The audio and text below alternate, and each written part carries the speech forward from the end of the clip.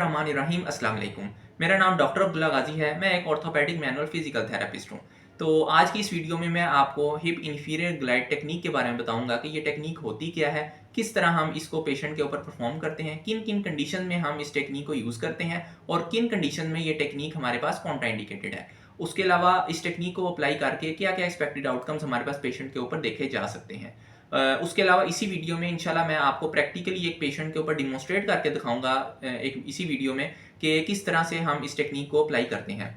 तो hip inferior glide technique की बात की जाए, अगर हमारे पास पेशेंट किसी भी हिप जॉइंट की पैथोलॉजी के साथ आया है जिसमें उसकी हिप जॉइंट की रेंज ऑफ मोशन काफ़ी ज़्यादा लिमिटेड है या रिस्ट्रिक्टेड है, जॉइंट के अंदर काफ़ी ज़्यादा स्टिफनेस है और स्पेशली अगर उसकी हिप जॉइंट की फ्लेक्सियन जो है वो लिमिटेड है, तो हम इस टेक्निक का यूज़ करते हैं। क्योंकि अगर कन्वेक्स कनकेव रूल को देखा जाए तो ये हमारे पास जो हिप जॉइंट है इसमें कन्वेक्स ऑन कनकेव रूल हमारे पास अप्लाई होता है। तो इस केस में हमने ऑपोजिट साइड में हमने ग्लाइड देनी है।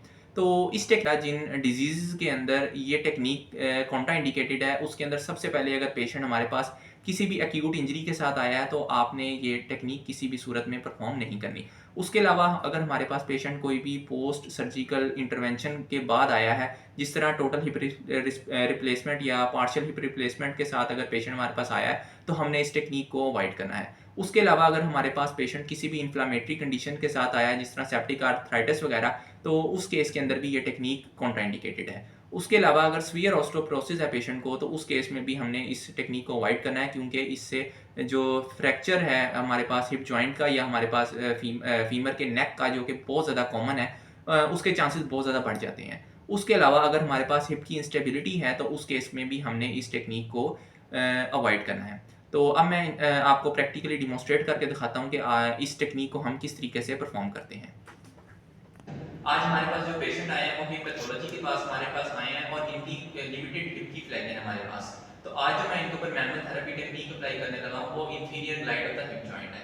इसमें जो पेशेंट की पोजीशन वो हमारे पास स्पाइन लाइन में होगी, थेरेपिस्ट जो है वो अफेक्टेड लेग के साथ हमारे पास खड़े होंगे।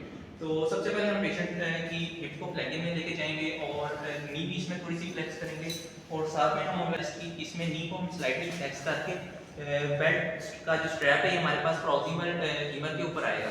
इसके बाद हम हैंड से इसको ग्रैब्स कर लेंगे और इसके ऊपर जो है हम इंफीरियर डायरेक्शन के अंदर ग्लाइडिंग फोर्स अप्लाई करेंगे और इसको हम 10 सेकंड्स तक जो है सस्टेन करेंगे। तो इससे जो हमारे पास पेशेंट की जो हिप की फ्लेक्शन है वो इंशाल्लाह इंप्रूव हो जाएगी।